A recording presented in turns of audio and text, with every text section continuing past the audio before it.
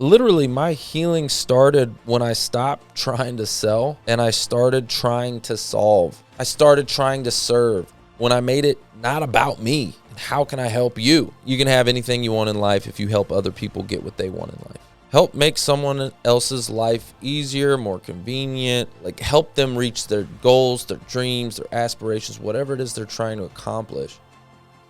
And watch what they'll do for you.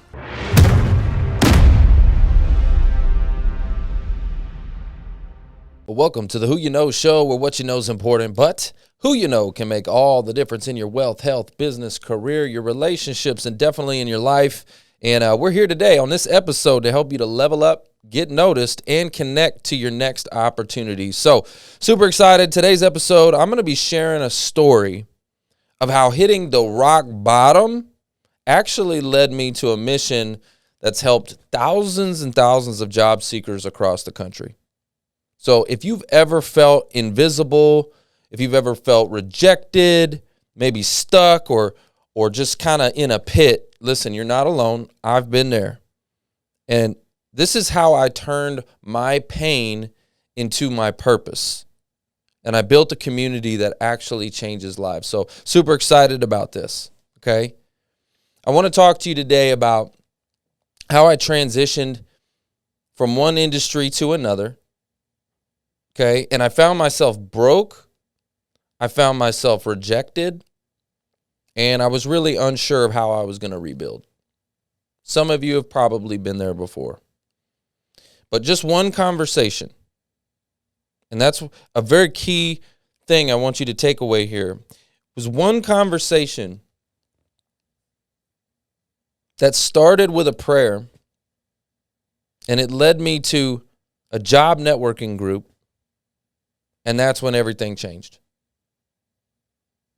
So you're one conversation away from everything you've ever wanted in life, and maybe even things you didn't know you wanted. So on this episode, you're going to hear the exact moment that sparked a mission for me. How I found healing by helping others. And the birth of this podcast. We're going to talk about a movement and a purpose bigger than myself. All right, let's get into it. So let's go back. I want to tell you guys a quick story. I used to be in the auto industry. Many of you probably already know that. I sold cars for 6 years. And I was the top producer in the auto industry when I was there. And I kept hitting that glass ceiling over and over and over, year after year, because I was the top producer. I was crushing it. As soon as I stepped on the scene, I was just really dominating the game in the auto industry. I had management who believed in me, coached me, mentored me, and they really kind of watered the seed, right? It was a good environment for training and coaching, but there were some other issues there as well. There were some corporate politics. I remember my GM, he didn't like me. And it was probably because I was very aggressive. I was, a mover and shaker. I just have never really fit in the box, and he wanted me to fit in the box. Okay? And some of you, I want you to think about that. Some of you, I want you to really take this in. You were born to stand out, not to fit in. And that was me. So they wanted me to fit a certain mold. But it's interesting, the things that were outside the box with me were the things that were successful. Those were the things that led me to be the top producer over and over and over, year after year after year. So my ideas, my innovation, my outside the box approach, it oftentimes got me, not in trouble, but just not looked at in the right way. Like I was the type of person when I was in the auto industry that would literally with the client. The clients loved me. I would put them in the trunk of their own car to show them how big the trunk space was. I would hang out of the sunroof and the panoramic roofs, and we'd hang out the windows and just do all kinds of crazy stuff. I wanted to make it fun and interesting and really bring the energy. I mean, I won awards for giving the best walk around on a car because I would do things like that. So I was outside the box. I was innovative, creative. But again, oftentimes that was looked at by my GM as like I was some kind of rebel or something. I don't know. Maybe he was intimidated. I don't know. But corporate politics, I hit that glass ceiling year after year after year, and I didn't want to die a car salesperson. Like I knew there was more for my life than that. Right? Even though I was successful, I loved it, I was passionate, at a certain point, when you hit that ceiling over and over and over, you get like, I don't know, I became disgruntled, actually. Like, my attitude shifted. My attitude started to go negative. And I wasn't, actually, my production even started to fall. I wasn't happy anymore because I was like, I was a caged lion. They weren't allowing me to grow. You know what I mean? That was the problem. They weren't allowing me to grow. And so I was frustrated, and I decided to make an exit. There was my financial advisor. At the time, he had been trying to recruit me for many years. He had planted that seed years ago while I was in the auto industry and said, hey, you should come over here and do this. And I was like, nah, I'm good. I'm making lots of money in the car business. I'm good. And I told him no many, many years over and over. But he was consistent. He's like, dude, just give me a chance. Come check this out. Just come talk to me.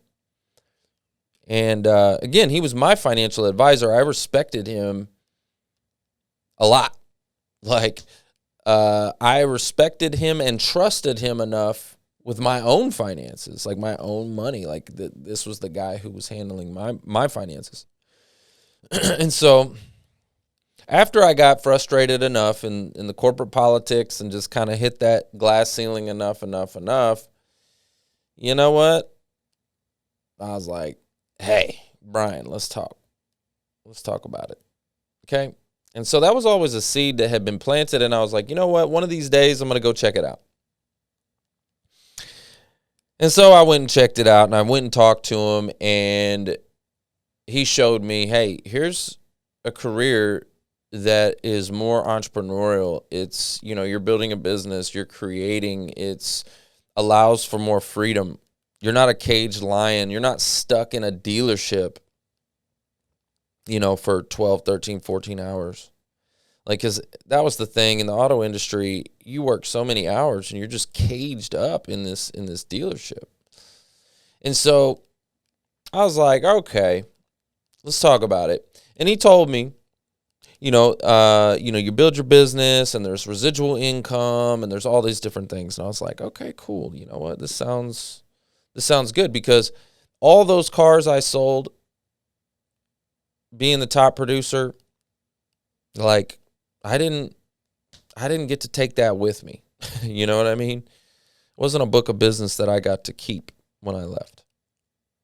So anyways, we started talking about it, and I said, you know what, this sounds pretty good. I started studying and getting all my licenses and doing all that kind of stuff. And then all of a sudden, I was about to make that leap, and the dealership that I worked for, one of the finance managers left. And that created a lot of shifts in the dealership. People were moving and getting promoted, and this was happening and that was happening. And it ended up, there was a used car sales manager position that opened up. So I'm like, man, oh man, this is crazy. Like I was already about to leave. I was getting ready to leave. And here comes an opportunity. I'm like, man, well, maybe I should just be patient. Let me see if I can get this opportunity, right? Because that's what I wanted. I wanted to go into management. So it kind of conflicted me a little bit, but I went to my GM and I said, hey, let's talk. I know there's an opportunity that just came up. And I know we talked about this a couple of years ago and it didn't quite work out, the timing and things like that. But I just wanted to know what your thoughts are now, that I'm a little older and got a little more experience under my belt. What are your thoughts now with me in this role? And my GM looked at me and he said, well, that's good news is I don't have to decide right now. I've got 90 days to decide. And I could tell when he said it. I mean, he was looking me dead in the eyes, and I could just tell that he wanted me to dance. He wanted me to be his puppet. He wanted me to, again, because remember, I was so innovative and creative and outside the box and doing things differently, and he wanted to put me in the box. He wanted to make me dance for him like his little puppet. This was corporate politics. He was wanting to see if I would step in line. You know what I mean? Get in line. He wanted me to dance. And I said, man, in my head, I was like, wow, I can't believe he just told me that. I got 90 days.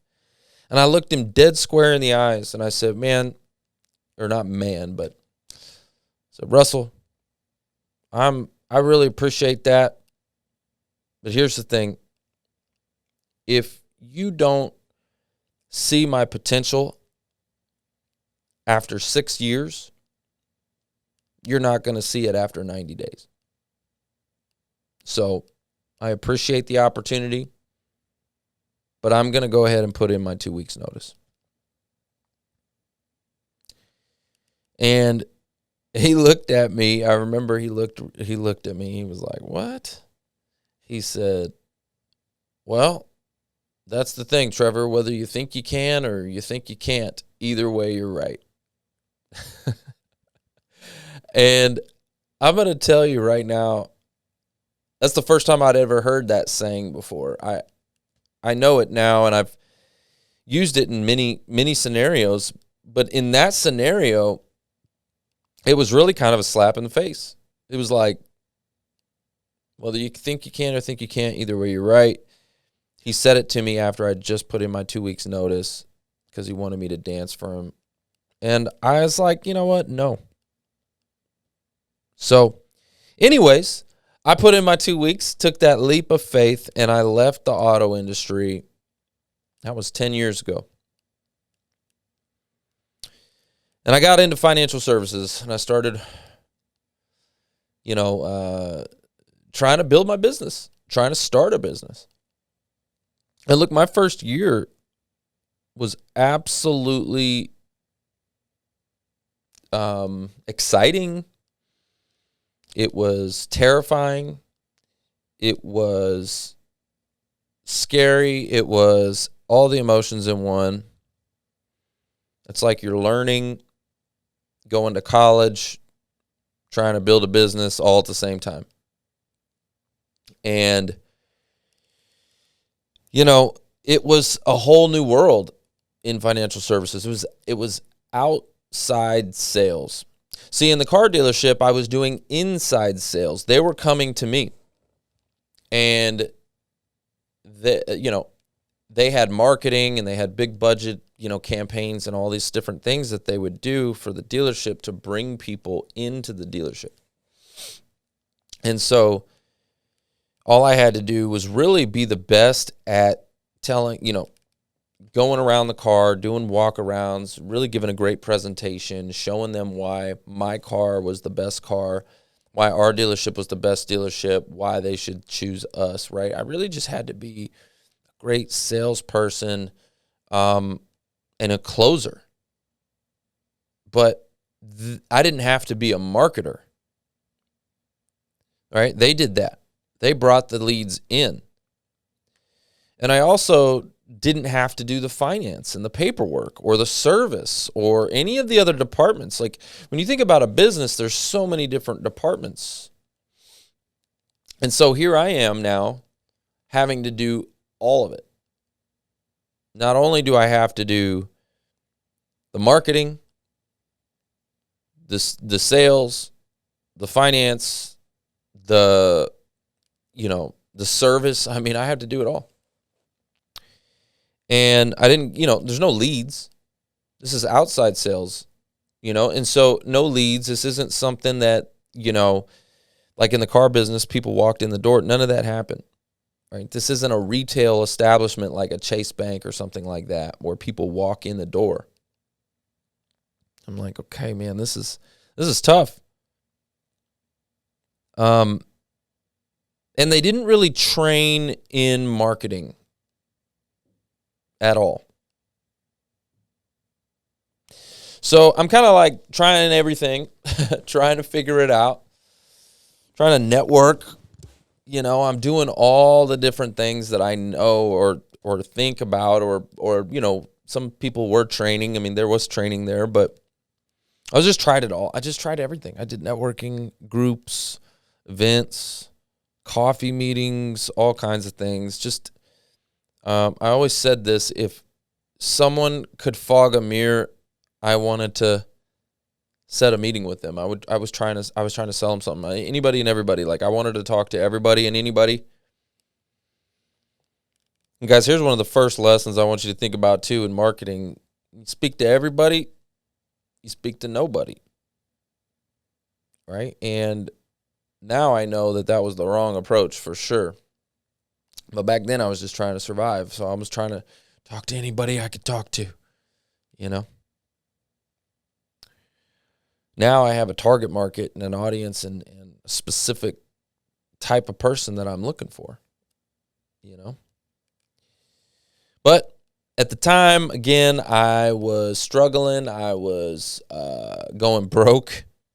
I felt invisible.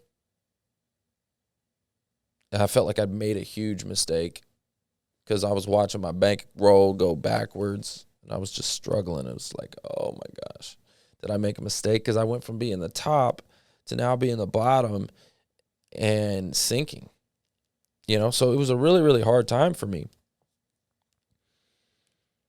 And it felt like the more that I tried, the harder I was. It was like quicksand. It was like the more I struggled, the quicker I sank. And I remember I even called my dad feeling like a failure. I was like, Dad, I was crying. I was like, I thought I was going to have to sell my house and, just I was a failure. Like I was failing after being so successful. And it hurt. It hurt real bad. Some of you listening right now can identify with a story like this. Maybe you were on the top. Maybe you've never had to search for a job before, and now you find yourself like, what is going on in my life? I went from the top. I was the top producer to hitting the bottom, and like it hurt. I really struggled with that. It shook my identity. Like my identity was a winner. My identity was a trophy winner. I had the trophy every year. I was a competitor, competitive and just, all of a sudden now I'm watching other people win the trophies and I'm like, oh my gosh. And it just hurt. And not that I was sad or mad for them. I wasn't a hater. I wasn't like hating on other people for winning, but man, I was sad for losing, that it wasn't me, that I wasn't part of the conversation, I was losing. And then one day, everything kind of changed. Just one day. I remember that day. I went and was doing a coffee meeting. Somebody I don't know how I even really got connected with them. It was probably LinkedIn. It was probably a message I had sent because, again, I'm trying to set meetings with anybody and everybody and then trying to convert it into an opportunity. And I'm sitting down, old school coffee networking, having a conversation with this gentleman, and he asked me what I do.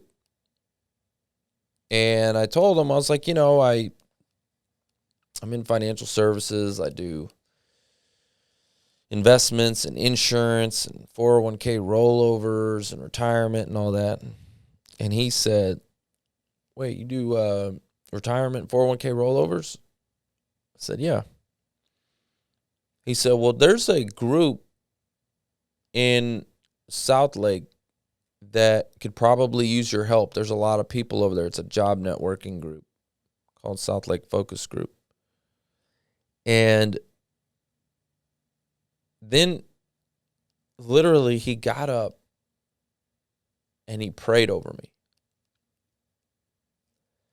And this guy, when I say he prayed over me, it was like one of the most bold type prayers. He was speaking in tongues, doing like breathing, all like deep breath work, laid his hands on me. I mean, this is a stranger.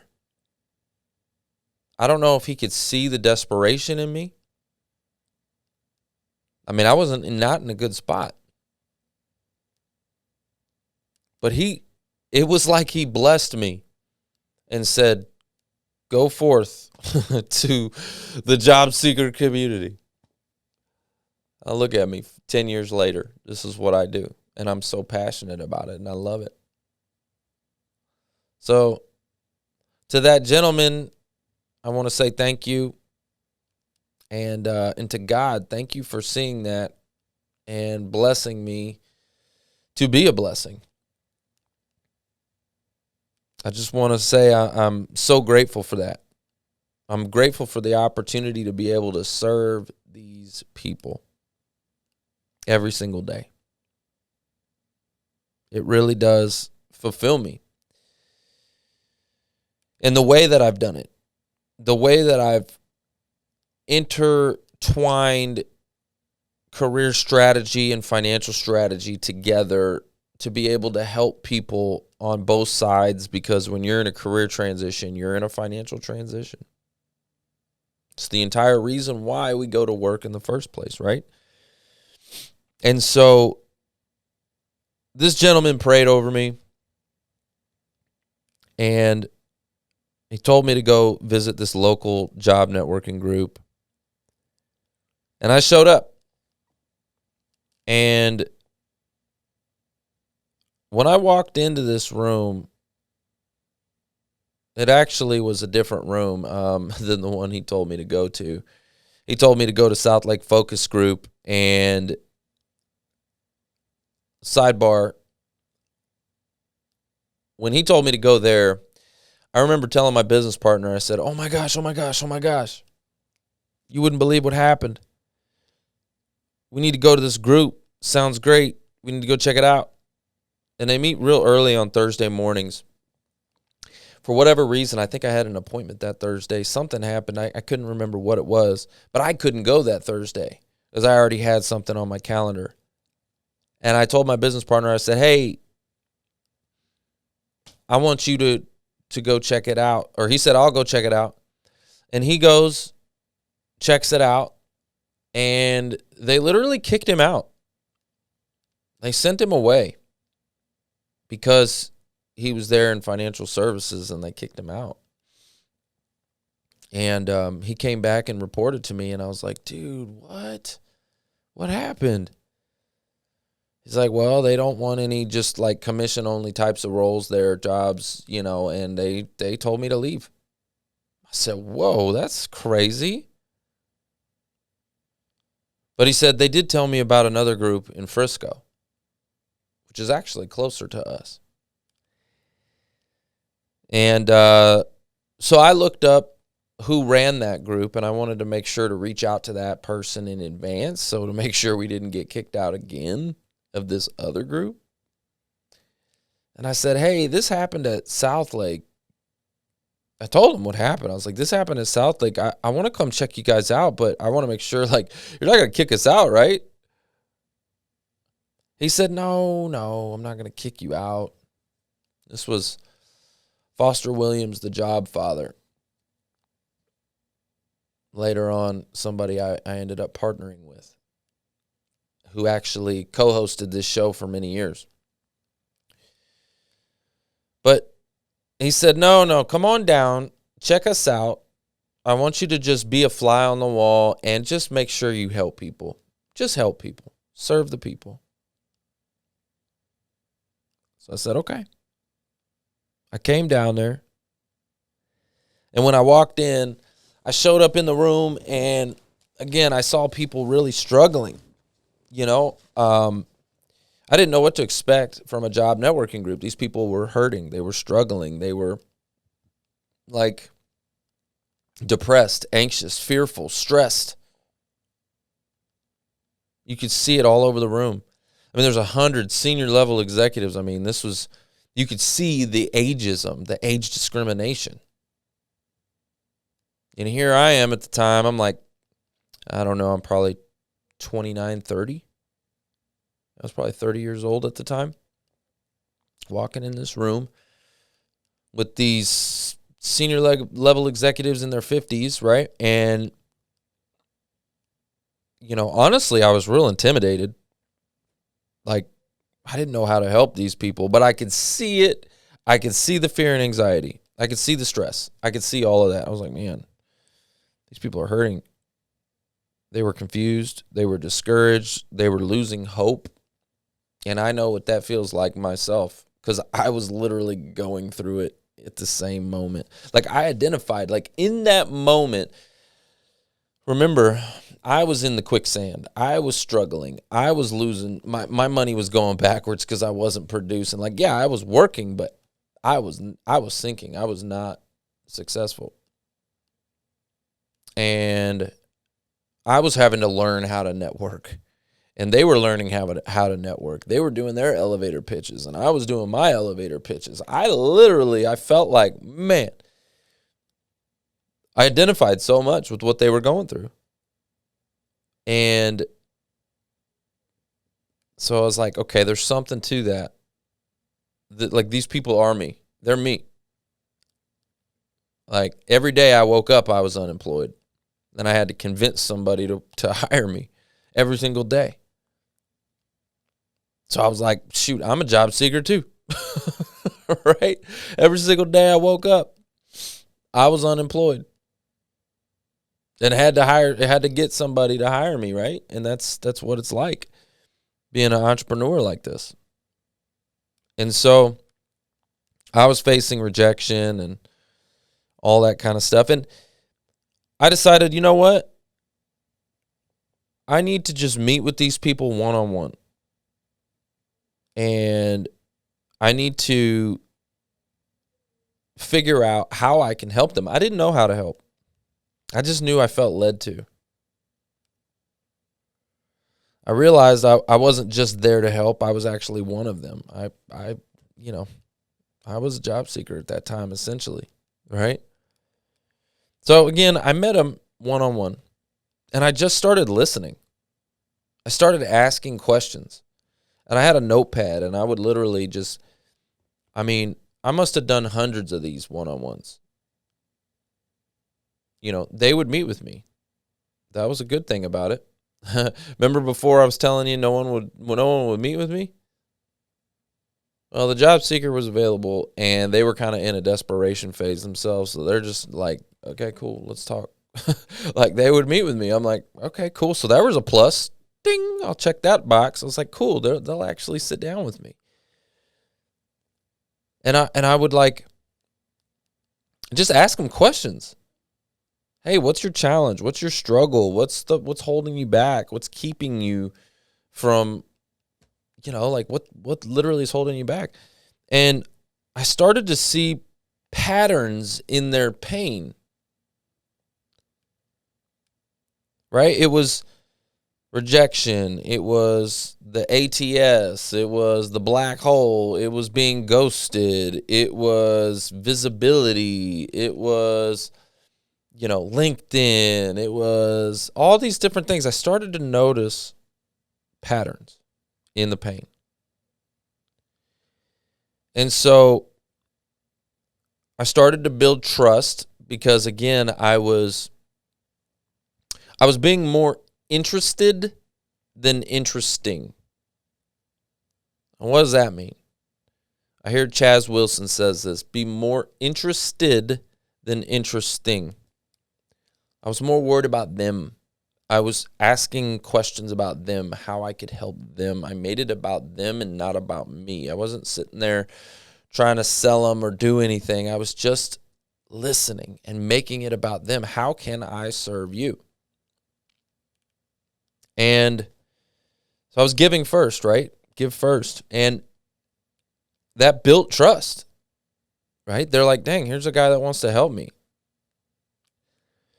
And what I did was I was like, well, I don't know how to really help, but maybe I can connect dots, right? Everybody, when they would land a job at these job networking groups, they would raise their hand and tell their story.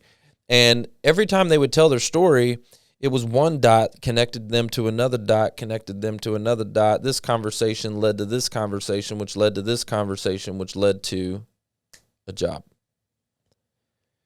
So it was always networking. Like literally 9 times out of 10, when they would raise their hand and tell their story about how it happened, it was this conversation, dot, dot, dot, connects. And next thing you know, boom, they got a job. And so I was like, man, well, maybe if I don't know if I can help them like directly, I mean, I can't hire them. I don't know what I could do, but maybe I could connect them to, like people that can help them. And, just by doing that, then I am helping them. So I figured, okay, let me try that. Let me go build my network to support them. So what did I do? I went on LinkedIn and I started connecting with a bunch of recruiters and hiring managers and career coaches. Right? Again, I can't help them, but if I could introduce them to recruiters and career coaches and and hiring managers, well then yeah, I am helping them. So I started doing that. And when I was building my network of recruiters, I started connecting with them and started to invite them to coffee. And I was like, hey, I got this group of job seekers I'm trying to help. If I made introductions, would you be receptive of that? La, la, la. And we'd had conversations, right? And I started learning what the recruiters needed. And all I did was just try to, I wanted to become a bridge between the job seekers and the hiring professionals. And that's what I did.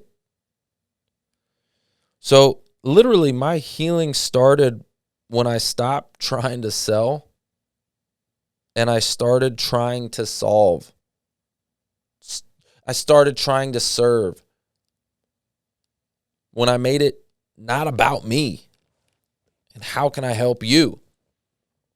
I think, I don't know if it was Zig Ziglar or somebody said it, and I'll probably butcher it, but it was something like, you can have anything you want in life if you help other people get what they want in life. And it's so true. Like, help make someone else's life easier, more convenient, like help them reach their goals, their dreams, their aspirations, whatever it is they're trying to accomplish. And watch what they'll do for you. And so it's the law of reciprocity. I mean, it's literally, it's built into this world. I mean, it's biblical. If you go back to it, sow a good seed and you'll reap a good harvest. You reap what you sow. So if you're serving and giving, just wait. It will come back. Some people call it karma, whatever you want to call it. There's good karma, there's bad karma. But whatever you want to call it, like, give and it will come back to you. I mean, that's the whole premise of the tithe even, right? If you think about it.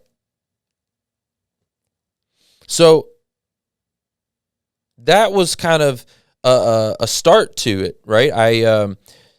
I started to build these connections and build these relationships with recruiters.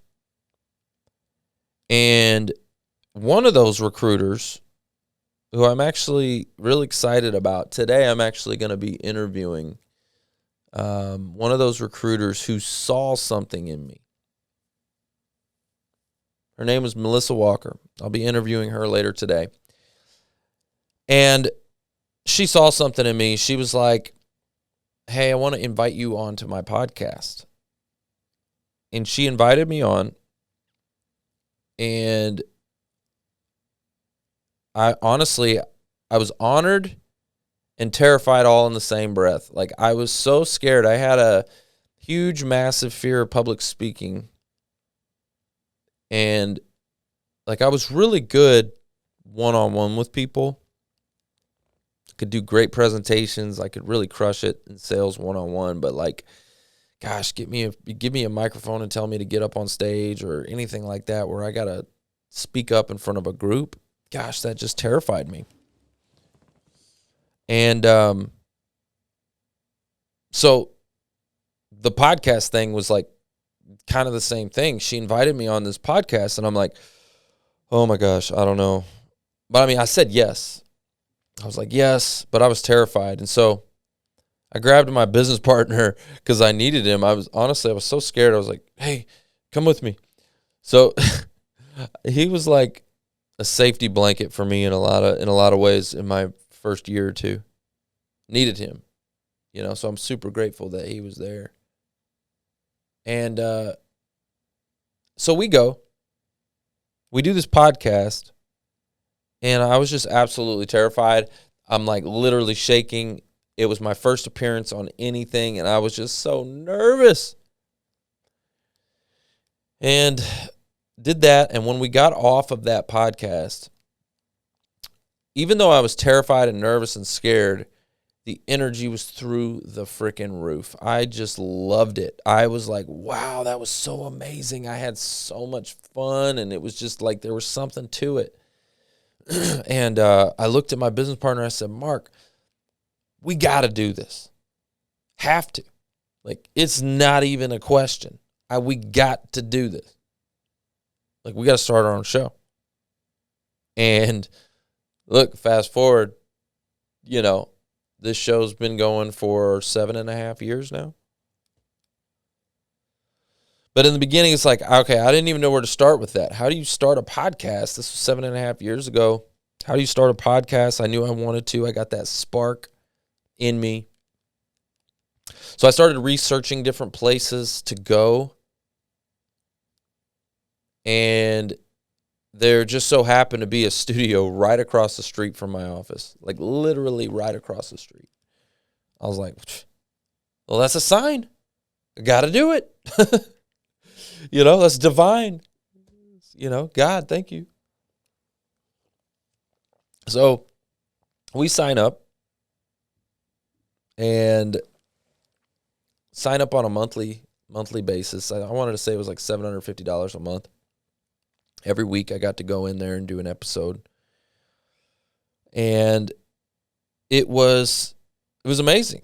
I actually asked Foster Williams, the job father, I asked him to join us as another co-host.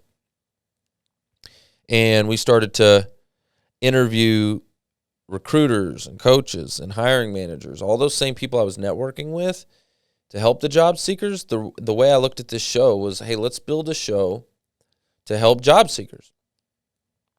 And we will interview those folks to give access to the job seekers so that then if I'm an audience job seeker, I'll watch this and I know who to connect with. I know who to reach out to. And through me, they get access easier if I make an introduction because I'm building those relationships and they're coming on my show and it's easy peasy, right? So we did that, and it was amazing. It was a hit. And then I remember Foster connected me with this guy named Pete Hernandez. Shout out to Pete Hernandez. They still run Frisco Connect to this day. It's still going. Frisco Connect is that job networking group I was telling you about earlier. And Pete told me about LinkedIn Live because it was beta. We were on Facebook.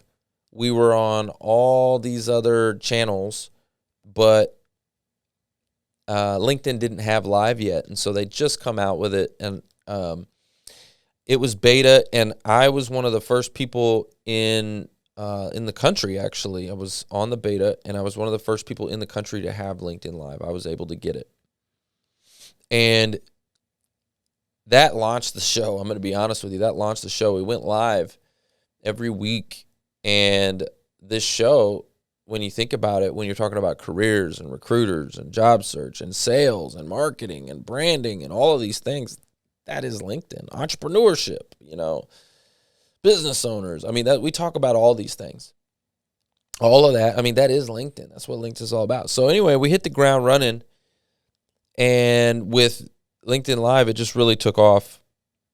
And this built credibility, visibility through my content, and I started to build an audience of job seekers, right?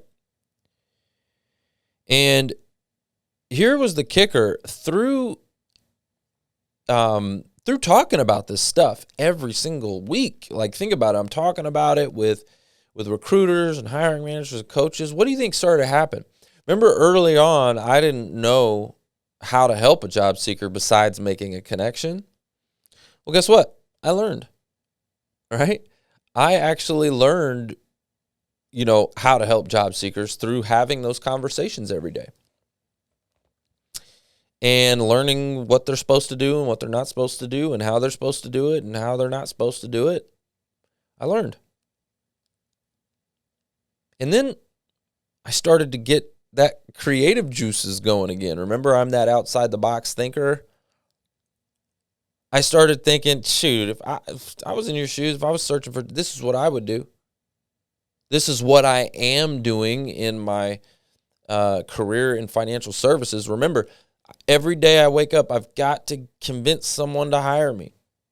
So I was like, I am a job seeker. I am every day. So I'm like, this is what I'm doing. It's not even just theory of what I would do if I was a job seeker. It's like, this is what I am doing now to get work, right? To get someone to hire me and put me on their team to handle their finances, right? Which is, think about that, to trust someone with your finances, again, it's about trust. So I'm selling trust. I got to get people to trust me, to know, like, and trust me. Anyways, my point is, I started to get those creative ideas. I was like, well, shoot, these job seekers should do the same thing here with these strategies. And I started to unpack and teach and train the job seeker community, these strategies and these ideas I was having. And again, in the beginning, they were concept, right? They were working for me, but, will they work for a job seeker? I don't know. But I would teach them, and then all of a sudden, they would come back to me, and they'd be like, whoa, Trevor, look at these results. Oh, my gosh, look, and they would land jobs, and they were getting jobs based off of these concepts and these strategies I was teaching them. I was like, holy crap, it worked. And let me tell you something, that fulfilled me more than anything else I was doing. Literally, when they came back to me and they would say, oh my gosh, I just got a job. Ah. Like, I remember this lady, her name's Sandy Sampson. I remember her. And I was teaching her how to use personalized video to stand out, get attention, to reach out on LinkedIn and send video comments and video emails and follow up. And it's the Trojan horse strategy I teach in my Career Transition Summit now. Anyways, I remember teaching her these strategies, how to really command the attention of these decision makers and close the deal. But the service that allows you to do the delivery of these videos, these little personalized videos, it had a cost to it.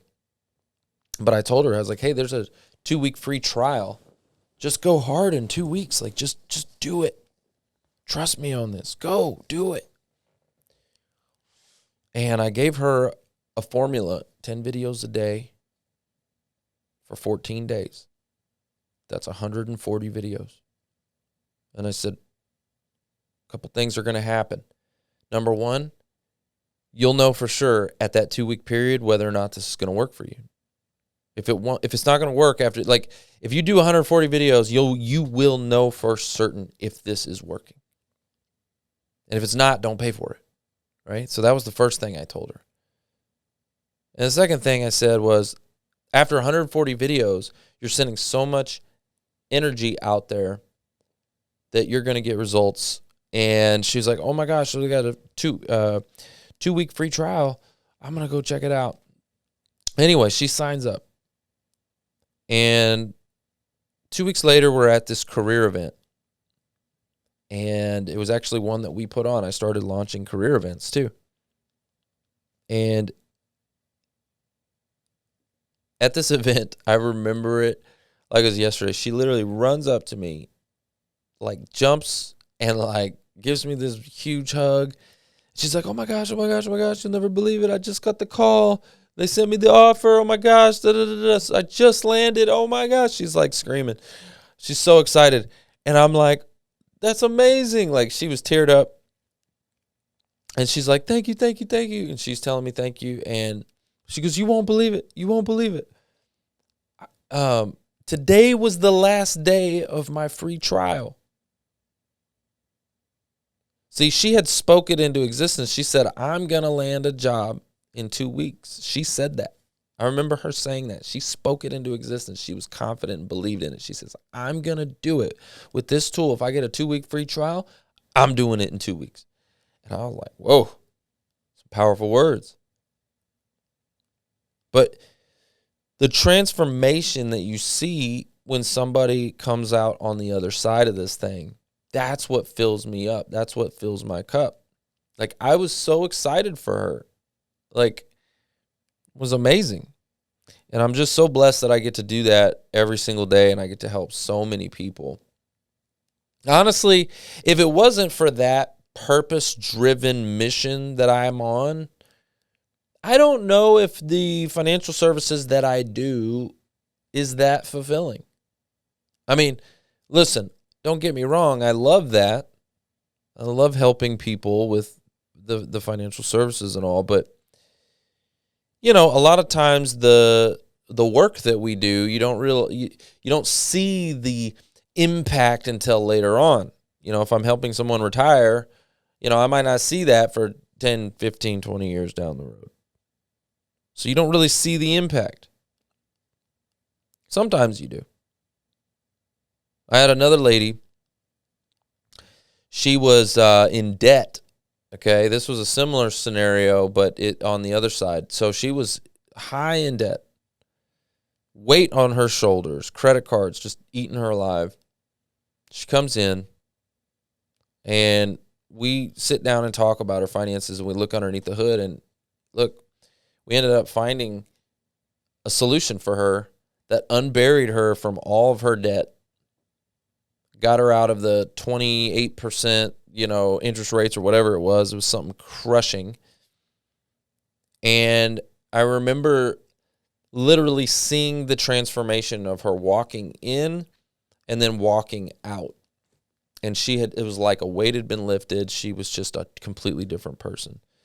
And so for me, the reason I'm sharing that is when I get to be a contributor in a transformation, that's one of the things I've identified that really drives me. It's what I'm passionate about.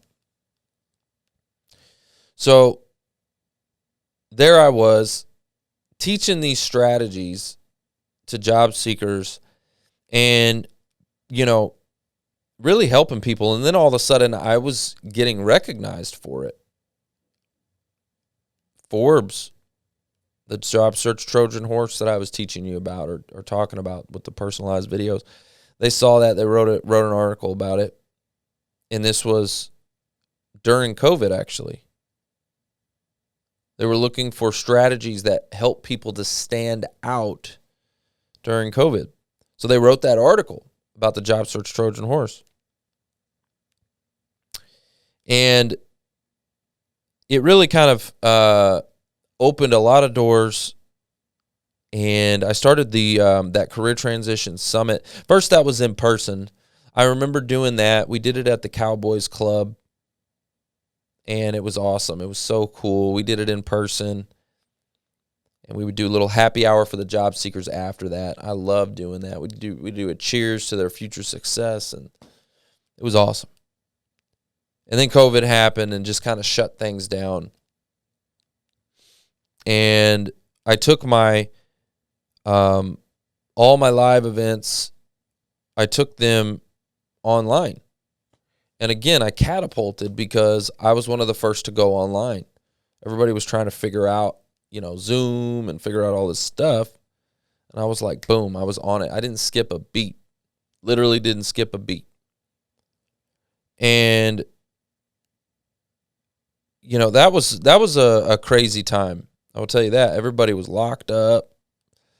But I got to help people. All of a sudden, we went national because I'm able to help people all over the country. It was so crazy. I was able to help so many people, thousands of people across the country to find hope in a dark season when the country's shut down and people are in fear and lost and don't know what to do and they're losing their jobs and it seems like all hope is gone. I was there like a light throughout the entire country, helping, serving, giving. It was amazing. I got to help so many people, and I'm super grateful for that.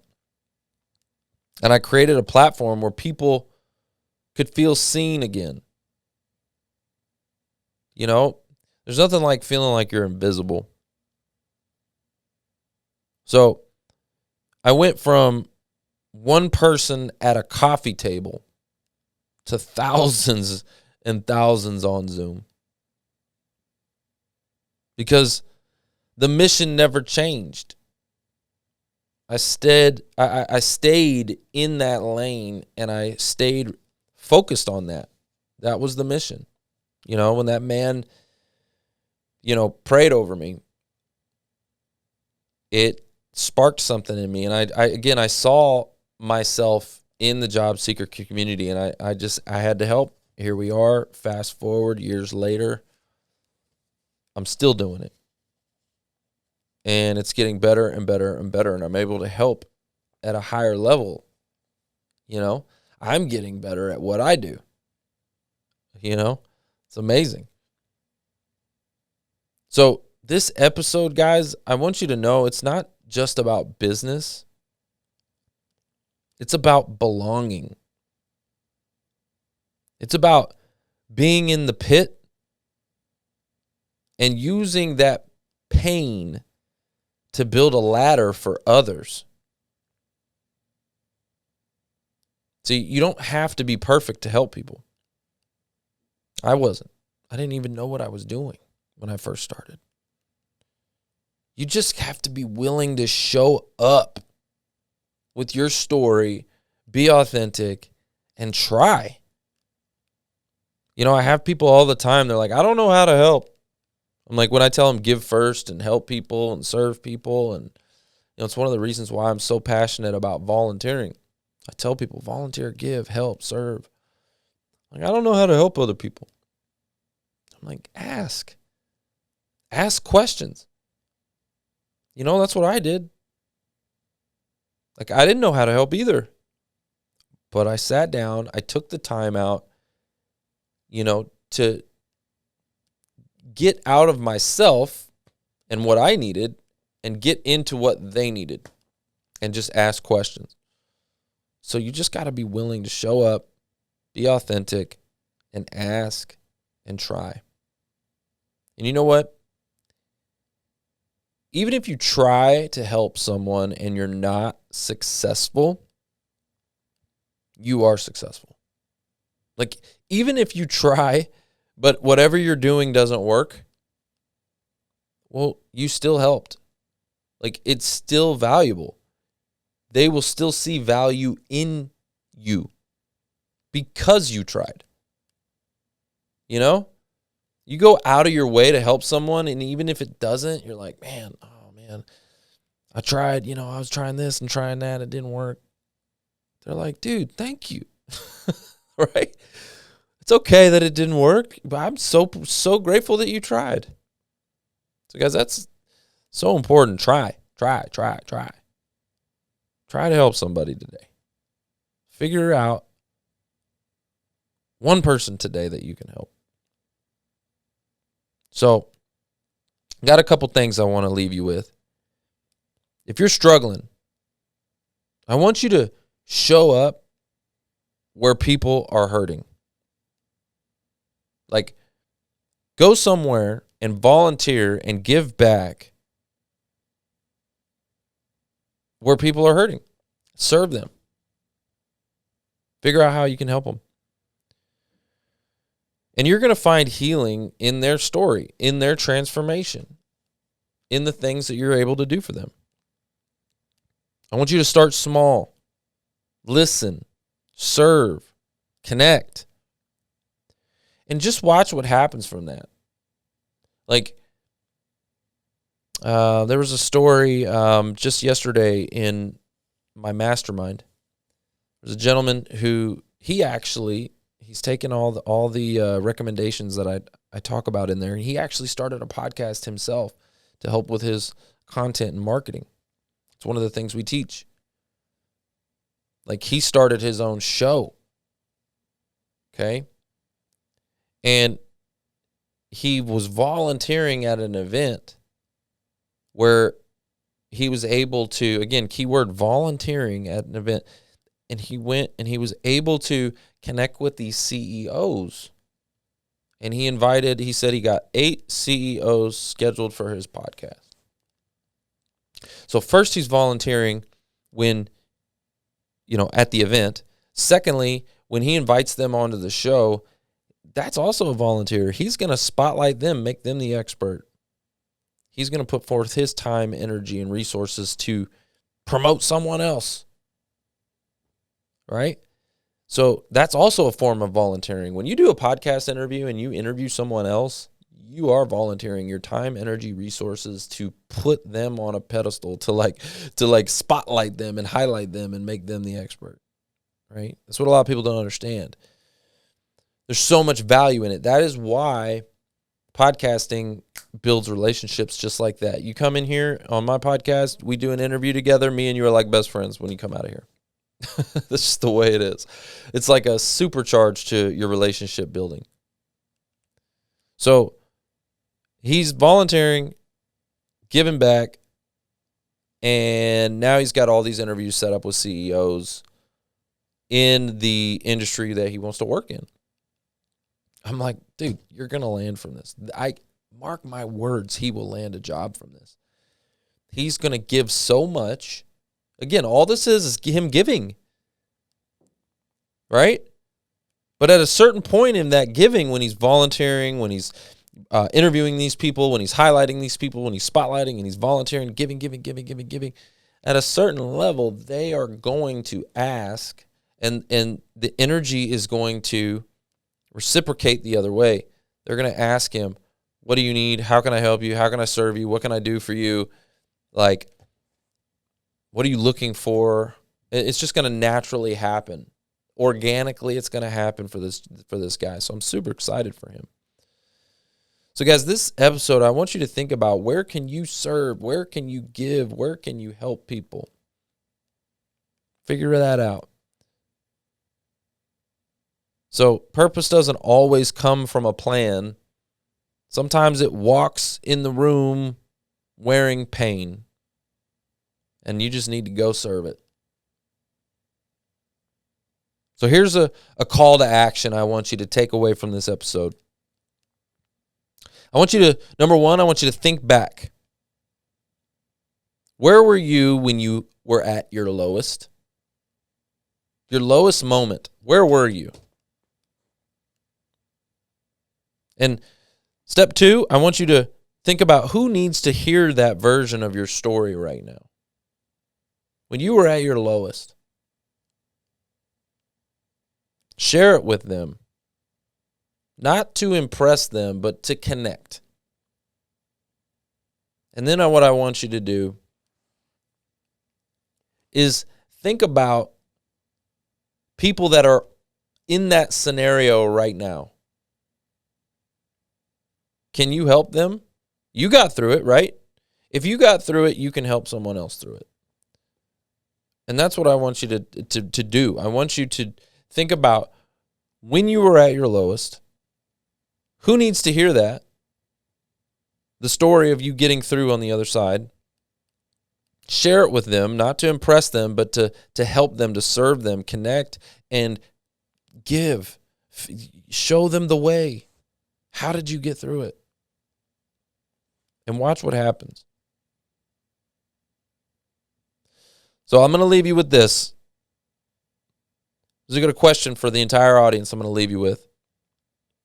What if the next version of your purpose is hiding in the people that you're meant to serve? I'm going to say that again. What if the next version of your purpose is hiding in the people that you're meant to serve? Guys, that's the show. It's all about who you know. Bye.